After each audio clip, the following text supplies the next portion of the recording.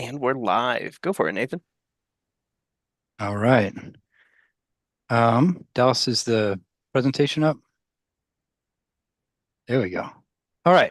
Good evening, everybody. Welcome to tonight's live stream virtual neighborhood meeting for a project known as Habitat for Humanity at Calvary Church. My name is Nathan Jones. I'm a principal planner with the City of Longmont Planning and Development Services Department. On this live stream, we also have Jennifer Hewitt Apperson, who is another principal planner with the city, as well as Dallas Stiles, who is our digital media specialist. We also have the applicant for the project on the call as well.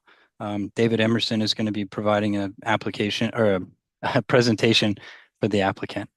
Um, the purpose of this neighborhood meeting is really to provide an overview of the project and the process that it'll have to go through to receive approvals on the city side, and then to provide an opportunity for members of the public to ask any questions or comments that they may have about the project.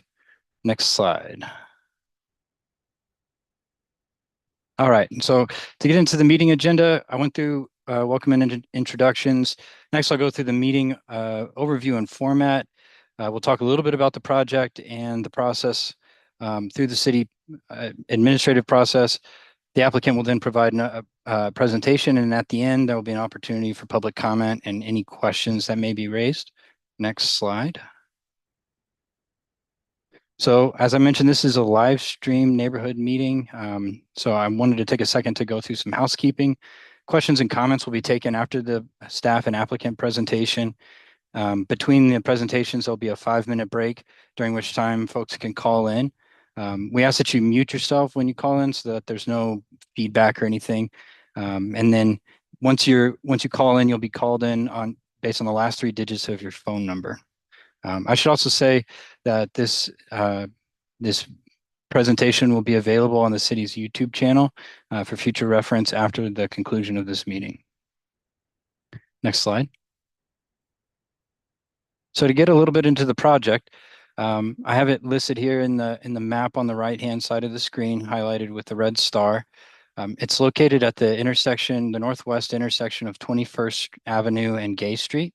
It's my understanding there was an error in the notice that we sent out that incorrectly listed the location, but we have it listed correctly here. It's at the northern portion of the Calvary Church property, and the proposal is for a single-family subdivision. Next slide, please. The project would consist of approximately 32 single-family lots on about 5.12 acres. The land use, being single family, is considered consistent with the zoning district, which is residential single family.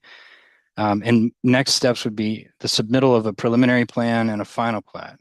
The city of Longmont requires or considers preliminary plats to be major development applications, and as such require a neighborhood meeting and are approved by the Planning and Zoning Commission at a public meeting. Next slide. So that process is outlined here. The neighborhood meeting that we're at tonight would allow the applicant to submit an application for a preliminary plat. That preliminary plat will be submitted to the Development Review Committee, which consists of city staff, including planners and engineers. We will review the application, make comments on it, and then we will provide a recommendation to the Planning and Zoning Commission, who has the final decision-making authority for this application. When the Planning and Zoning Commission takes up the item, they will set a public hearing and make the determination as to whether or not to approve the preliminary plat. Once the preliminary plat has been approved, the applicant would then move forward with a final plat application, which would be administratively approved as long as it meets all the requirements that are laid out in the preliminary plat. Next slide. So that concludes staff presentation. The applicant has their presentation as well. Dallas, if you could go ahead and bring that up, and Dave, if you want to just go through your presentation next. Thanks. Sure. Thanks, Nathan. And on behalf of Habitat, I appreciate you taking time to learn about what we're doing here. Pretty excited. We've been working with the church since, well, just very informally talking to them since 2016. So this is a home ownership opportunity. Dallas, if you can go with the next slide. We did some introductions here, but this is our development team. Pam Hora with Tetra Tech is our planning consultant. Jason Clays is our project engineer doing the civil engineering. He's with Highland Development Services. Justin Price is with PEH Architects doing the architecture. And obviously the landowner is Longmont Calvary Church. Dallas, if you could go forward. So lots of misconceptions about Habitat. So I briefly wanted to make sure people understood what our program is about. So our mission is seeking to put God's love into action. Habitat for Humanity brings people together to build homes, communities, and hope. Next slide. So we have been serving the St. Vrain Valley community for 35 years. We build and renovate homes and then sell them at no profit with an affordable mortgage. That mortgage gets paid to us and we recycle that to build more homes. When we look back over 35 years, 84% of the homes that we've built have the original homeowners. So they're not starter homes. They're homes that homeowners stay in and grow in and so forth. Across the country, there's a less than 2% foreclosure rate of those mortgages. We have had none in the St. Vrain Valley. So homeowners, of course, life happens, but and there may be some ups and downs, but as far as foreclosures, we've been blessed and it's a highly successful program in that regard. Homes represent almost $40 million in assessed value. Our homeowners have paid nearly $2 million in property taxes. And the other thing is we want to make sure people understand these are working families and individuals. When we look at the industries from which our homeowners come, number one is healthcare. This is across the state of Colorado. And number two is education. So these are very much folks who are working and serving our community. Next slide, please, Dallas. So who qualifies for a new Habitat home? There has to be a clear housing need. That can be a variety of things, but people who are paying more than 30% of their income on housing, there may be a safety or a space issue. It may be a temporary issue, that type of thing. They have to demonstrate an ability to pay an affordable mortgage, steady income, manageable debt. We do a lot of work with folks getting them prepared to be homeowners. So if their application comes through, we've had folks who are not selected the first time and then they work on debt or what have you, and they come back and they are selected. They have to be willing to partner with us. That means putting 250 to 500 hours of sweat equity to build their home and or the homes around them. And part of that sweat equity is training and classes. So while it's tailored to each individual based on maybe areas that they need assistance, those are things like financial fitness classes, home maintenance classes. There's a class, what does it mean to be a good neighbor, things like that. They have to be a U.S. citizen or a legal permanent resident, and we do also do a background check. Next slide, please. This is just a study that Habitat Colorado put on in 2021.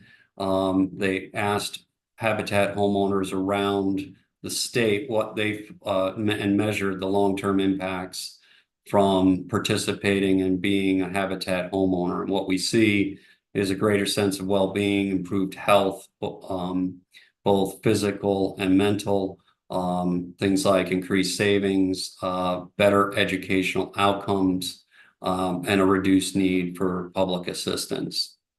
Next slide, please.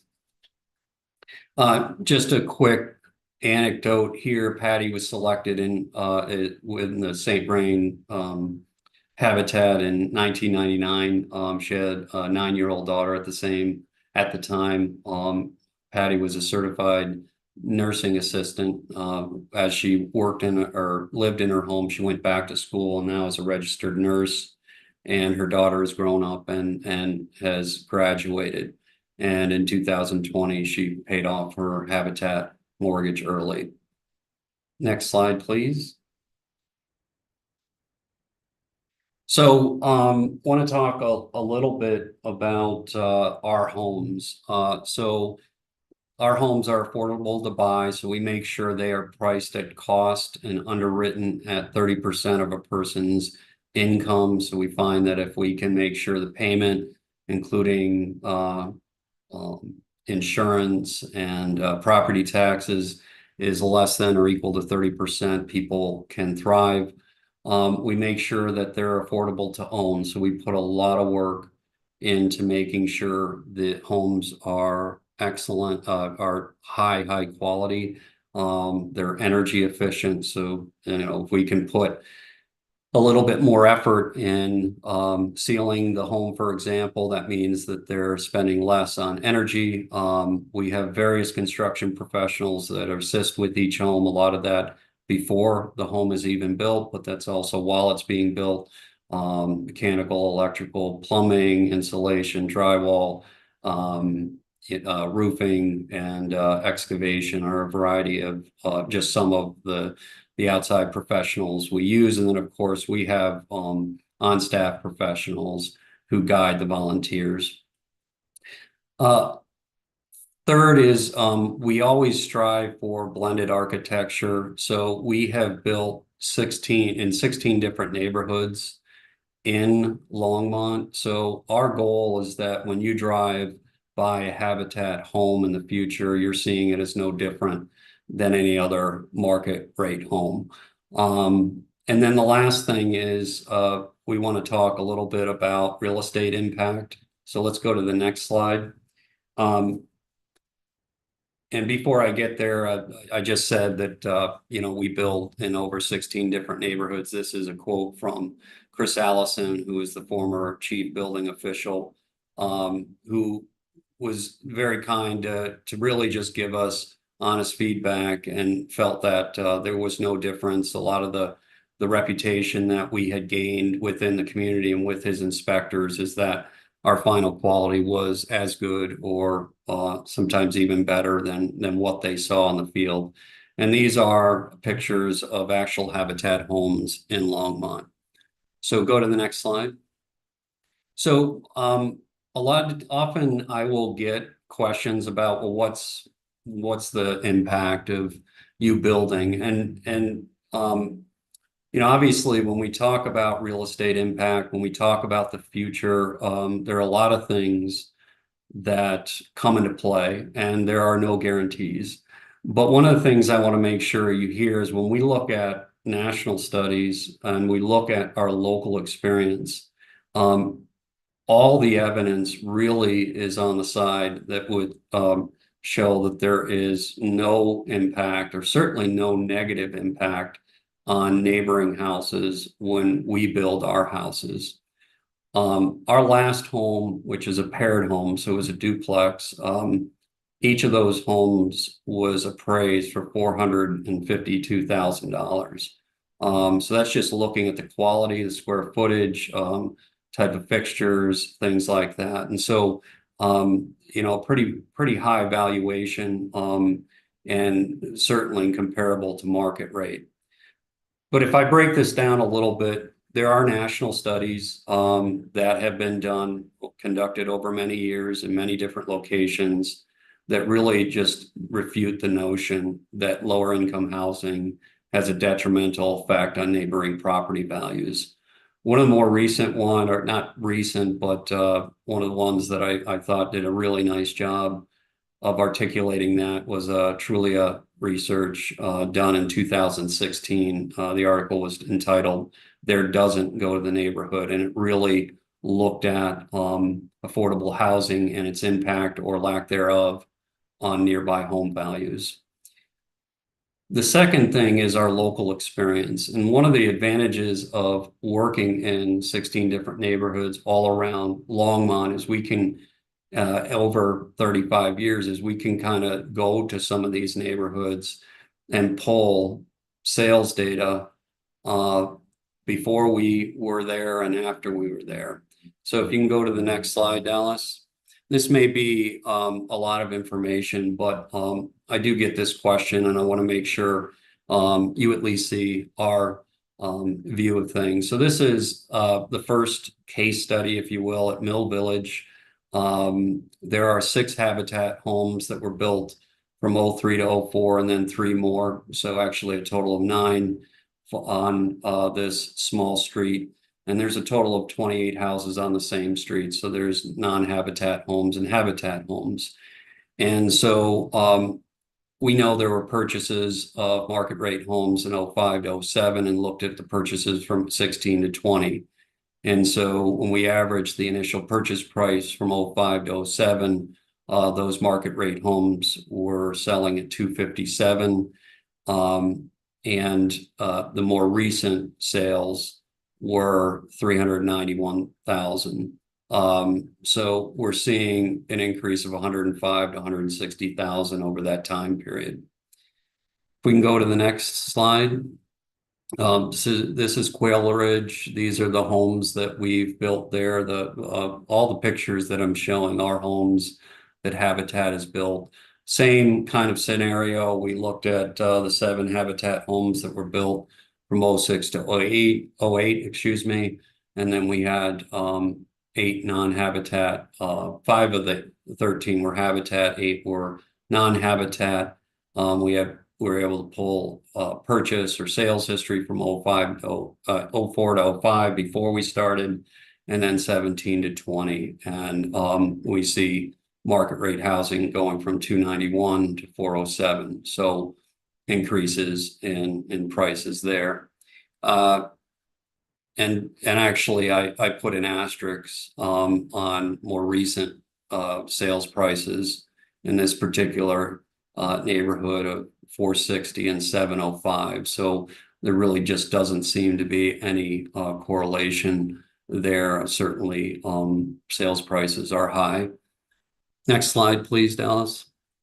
And again, sorry, there's a lot of data, but Poplar Grove is one of our more recent projects. This actually happens to be a condominium association, so they are attached homes, and we built 21 Habitat homes from 13 to 2020, total of 100 homes in the development. So about 80% are non-Habitat homes in the other section. When we got our first appraisal of the Habitat home in 13, it was 198,000. And then based on sales within that community, the last appraisal in 2020 was 325,000. So, and actually 2 of the 3 comparables were in Poplar Grove, and they were at 354,000 and 320. Next slide. So as Nathan said, this site is zoned residential single family. So that was what drove our concept plan and what we propose and plan to build. Next slide, please. So our goal and the church's goal is to impact families with home ownership. So we're purchasing around 4.5 acres.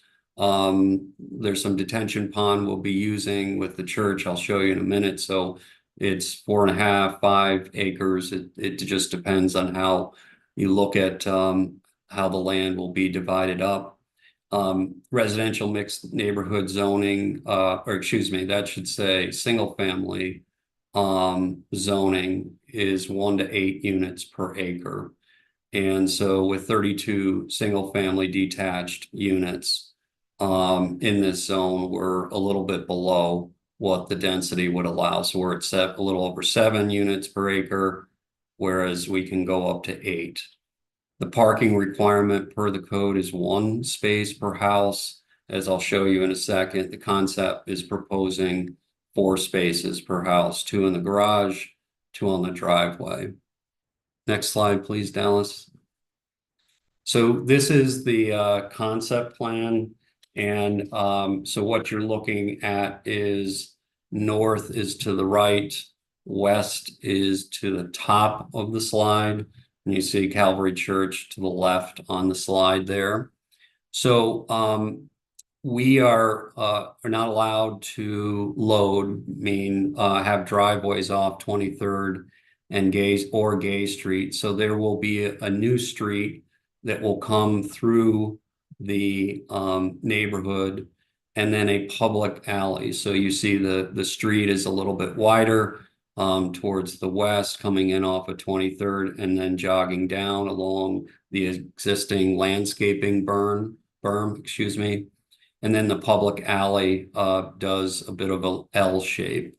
So the homes on Gay Street will be, as they're looking at Gay Street, will have porches, but their garages will be off the alley there. So behind the house, on the rear of the house. And so you can look at the white is the space enough for a two-car driveway, and then there's a garage within the orange area.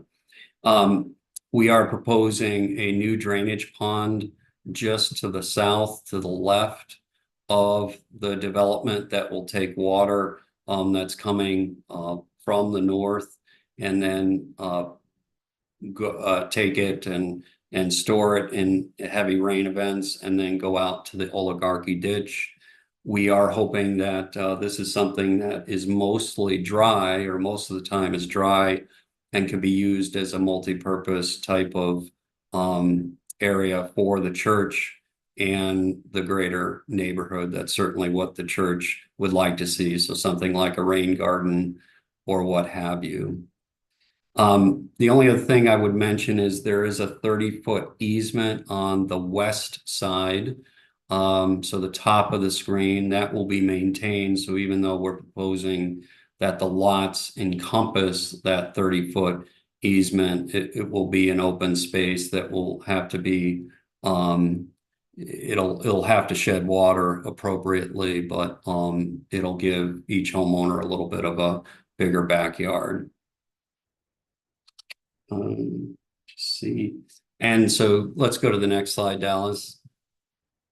So one of the things I would mention is I'm showing some architecture. This is initial architecture. We'll do final architecture as we get closer to building and pulling permits and things of that nature. But just wanted to demonstrate what we're trying to do here within this project is have a mix of 2, 3, and 4 bedroom homes, and a mix of 1-story and 2-story homes. So Habitat doesn't at this point really do anything beyond 2-story.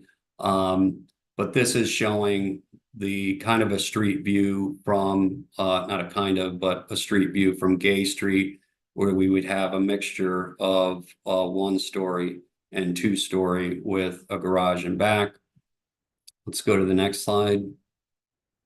This is showing what we're hoping to do on the west side.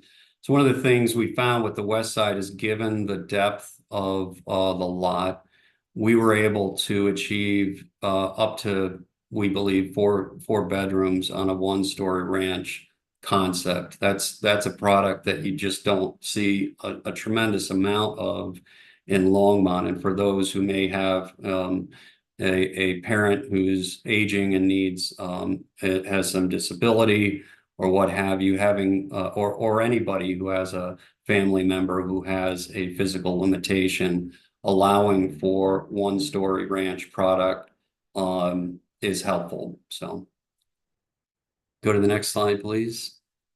So wanted to go through, the last thing I wanted to go through is the 3 phases of project development. And one of the things I would emphasize here is this is what I would consider sunny day. So meaning this is an aggressive time schedule. We are always looking to go faster, as you can imagine, given the need, but often things do get delayed, whether it's getting things approved, planning the infrastructure, what have you. So this is I just want to make sure you understand that this is kind of best case, worst case, however you think about timelines on this. So we're in the process of entitling it, the process of getting it approved. We expect to be doing that this year and next year, or at least part of next year. After that infrastructure, so that's putting in the streets, sidewalks, utilities, and we hope to be doing that sometime in 26. And then at the earliest, that would be building new homes in 26 and 27. And we can go to the next slide. And I think that's all I had, Nathan, for a presentation. All right, thanks, David. So next we'll move into the question and comments portion of our discussion. Before we do so, I just wanted to go through some standards for public comment. Everybody will have an opportunity for about 3 minutes per speaker. Please state your name and where you live. Please keep your questions and comments related to the current proposal. We also ask that you be additive and not repetitive. If somebody before you made the same comment that you were going to make, you're more than welcome to agree with them. We also ask that you be civil in your comments as well. Next slide. All right, so now it's time to call in. We'll take a 5-minute break here in just a couple minutes. We have the dial-in number as well as the meeting ID. Just to recap again, please mute yourself as you call in. You'll be called in on the last 3 digits of your phone number, and press *9 if you have any questions after you've spoken initially. Thank you very much. Thanks, Nathan. And that number for those that are listening in, the number is 1-888-788-0099. And when you're prompted, enter the meeting ID 873-8248-7557. We're going to take our 5-minute break, and we will be back to answer caller questions then. Thanks.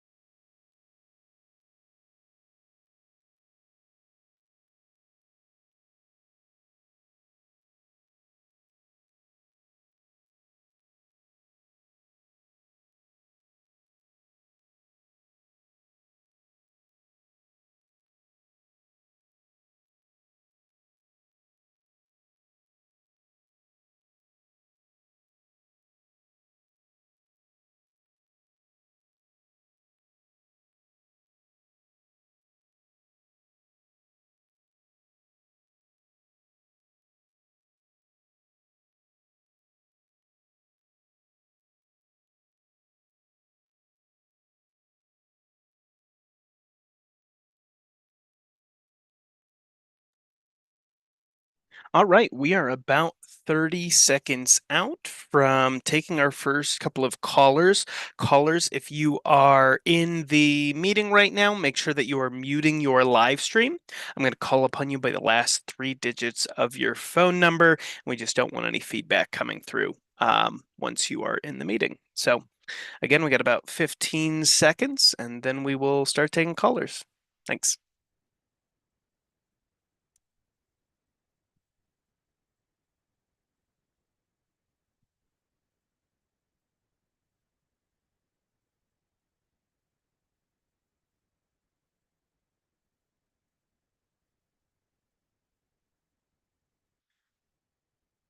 All right, so we do have two callers here today. Callers, I am going to be addressing you by the last three digits of your number, just making sure I've got you written down, just in case for some reason you get booted. But with that, yeah, we'll take the first caller. First caller with the last three digits of your phone number 136. Caller 136. Please hit *6 on your device to unmute.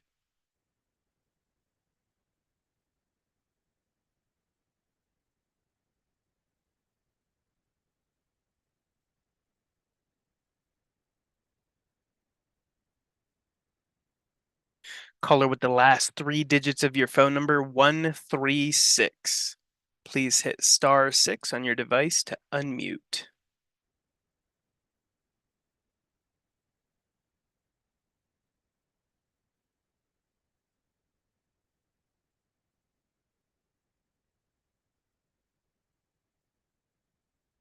All right, we'll come back to 136. We're going to go on to our other caller. Caller with the last three digits 440. Caller 440. If you'd hit *6 on your device to unmute, please. Hello. Hi, can you hear me okay? Yes. Please state your name and address for the record. My name's Joanne Ashman. I live at 1316 Horizon Lane. Thanks, Joanne. Go ahead. I just have two questions. One, what are the sizes of the lots? And also, are there any HOA-like regulations as to yard upkeep, maintaining your yard?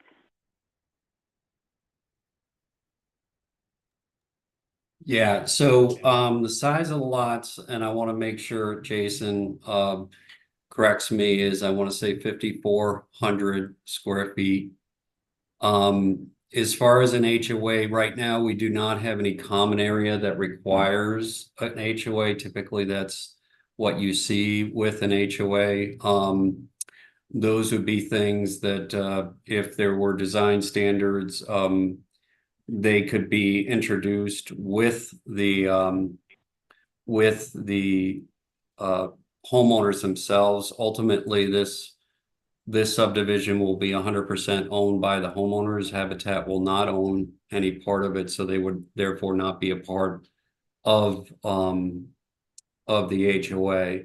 But at this point, we're not thinking that there will be an HOA because it's not necessary with common area.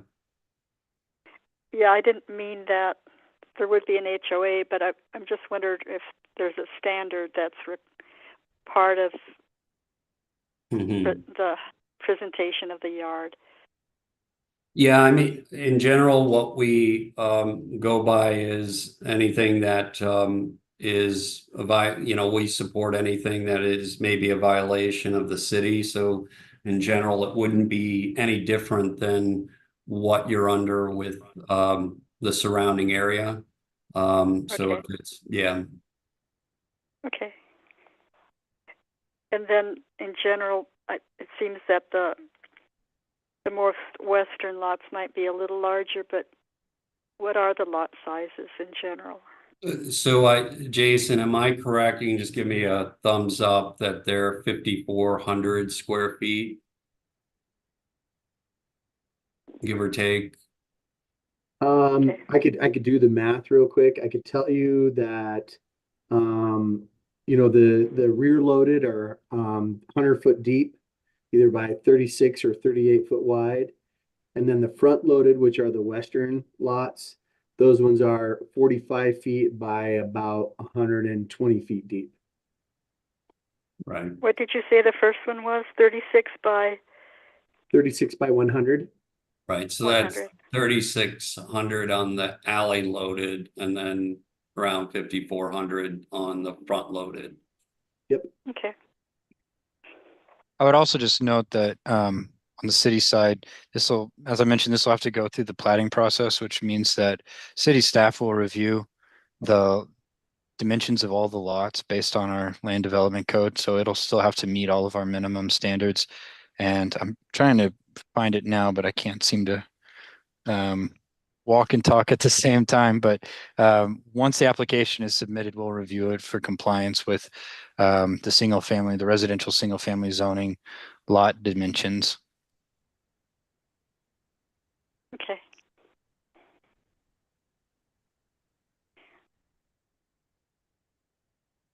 Great. That's all I had. Thanks, Thank you. Joanne. We appreciate it. Uh-huh. Bye. Bye. Okay, and we'll go back to our other caller. Caller with the last three digits 136. Caller 136. If you please hit *6 on your device to unmute. Hello. Okay, so hopefully I'm available now. Yes, we can hear you. Okay. So anyway, I just wanted to say that our Can we get your name and address for the record, please? Roger Roberts, and it's 2217 Squire Street. Thanks, Roger. We're about a block to the east. So anyway, Yeah, we're a go little for it. bit concerned about the high density. And one of the things about it is that you've shown in your previously shown examples, there were up to 9 houses in an area with over 20 some houses in it and stuff. And here we're talking about including a lot of homes in one area, which would seem like to me that you're building an entire new community within an existing community. So I'm just a little bit concerned about that. And overall lot sizes. One of the things I wanted to also ask about was street parking. Is that actually available on these streets, and are they wide enough? So those would be my questions. Sure. So I think the comment was density, and I mean, again, with the real estate impact, the local examples are ones that we've just pulled around the country. Habitat builds neighborhoods that are concentrated. I think the one with Poplar Grove was 21 within one area of that subdivision. But there's always arguments that can be made against any data set. So that would be my only comment there. The parking is really off the street. If you're asking about within the subdivision, you'll have some spaces. I don't know if we can pull up that slide, Nathan, or Dallas, rather, that shows the concept. Yeah, give me just a second. Do you know offhand what that slide is? If not, I can just keep going back. Yeah, go back about 5.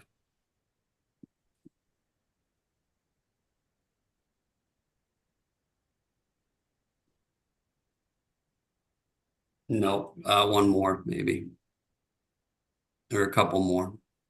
Sorry. No worries. Yeah, just tell me when I hit it. Keep going. That shows the concept. I think it's going the wrong way. No, well, yeah, okay. I can't tell which way you're going. There we go. So there is some space on the north side of that new street. So in front of those front loaded where the driveway's in front, it's not a lot. I can't speak, and perhaps Jason could in regards to parking along the landscape area. I don't know if you know the answer to that question, whether that street is calling for parking along the would be south side, so south being to the left of this slide. But that is one of the reasons that not one of the reasons, but we were a lot more aggressive, if you will, in providing 4 parking spaces for every unit, which is quite a bit beyond what the requirements are. And David, if you don't mind me piping in, Yeah. so along the frontages of all of the internal rear loaded, there's parking all along which would be the east side and north side of the looping drive that connects from 23rd to Gay Street. So there's on-street parking there. And then also there is allowed parking along Gay Street and 3rd Street. So we have street frontage parking along 23rd Gay Street and then all along the rear loaded, alley loaded products internal to the site. So my question on that would be, are these streets the same size as what we have now, or are they quite a bit smaller? They're local streets. I mean, so it does depend, and I'll let Jason answer, but 23rd and Gay are collector streets. Well, Jason, do you want to explain some of that? So Sure. Yeah, 23rd and Gay Street are considered collector streets. They somewhat function as local residentials with driveway access directly off of them, but they do have the roadway cross section that provides parking adjacent to these units. Internal to the site, there is a slight modification to just the local street standard to where we reduced one side of the road to not have parking on it. So like when you see all the C lots there across the west side, that actually the pavement section reduced slightly to that we can only provide parking on one side. And so it's in reference to the local street standard with removing parking on one side. But what about the street between the B1 and the B2, that street there? That is the standard alley. So it's a standard 20-foot alley. So that is That's a 20-foot alley? yeah, so that's not alley, not considered a local roadway. There's no parking on an alley. And there's no parking on the alley. I totally understand that. I just think that we're going to be looking at creating a congested area for the future. So just, it's just going to have so many different outstanding features than everything else that's all around it. And I would disagree with that portion of it. So enough said on my side, and I appreciate your answers. And thank you very much. I am for the project. I just believe that it's a little too high dense. sure. Thank you. Thank you, folks, and thank you very much for all the work that you guys put in. Thanks, Roger. And with that, we have no other callers. Nathan, I'll pass it back to you and we can keep going with your presentation. Thanks, Dallas. All right, let's go to the next slide. All right, so just to recap some what we've discussed and to go over next steps. So as we discussed, after this neighborhood meeting, the applicant will be able to submit an actual application for a preliminary plat. I do want to note the concept plan that we've been showing tonight is a concept plan. We've held a pre-application meeting with the applicant to, at a high level, discuss the lot layout and where the streets are going to go and the size of the streets and where the exit points are going to be. But all of that will go through detailed review by city staff to ensure that it meets all of our minimum code standards. That will happen once the application has been submitted to the DRC for review. Once we have reviewed the application and find that it meets all of the minimum standards, we will forward it on to the Planning and Zoning Commission. The Planning and Zoning Commission is the final decision-making body for preliminary plans. or preliminary plats. And once we forward it over to P&Z, they will set up the date for a public hearing. That date is TBD, but we will also send out public notice to notify everyone for when that public hearing will occur. And there'll be another opportunity for members of the public to come out and speak and get more information, actually see what the final product looks like. Once Planning and Zoning Commission has made a determination if they approve the project, then we'll move forward with final plats, public improvement plans if those are required, which are plans that detail the infrastructure that would be included, and then finally building permits. And that's all for next steps. If we can go to the next slide. Here we have my contact information and David's contact information. Again, my name is Nathan Jonesmeyer. My email address is nathan.jonesmeyer@longmontcolorado.gov. My phone number is 303-774-3585. And Dave's contact information is below here as well. If you have any comments or questions, please feel free to reach out to me. And with that, that concludes our meeting. Thank you very much for joining, and have a good night. Thank you. Thanks,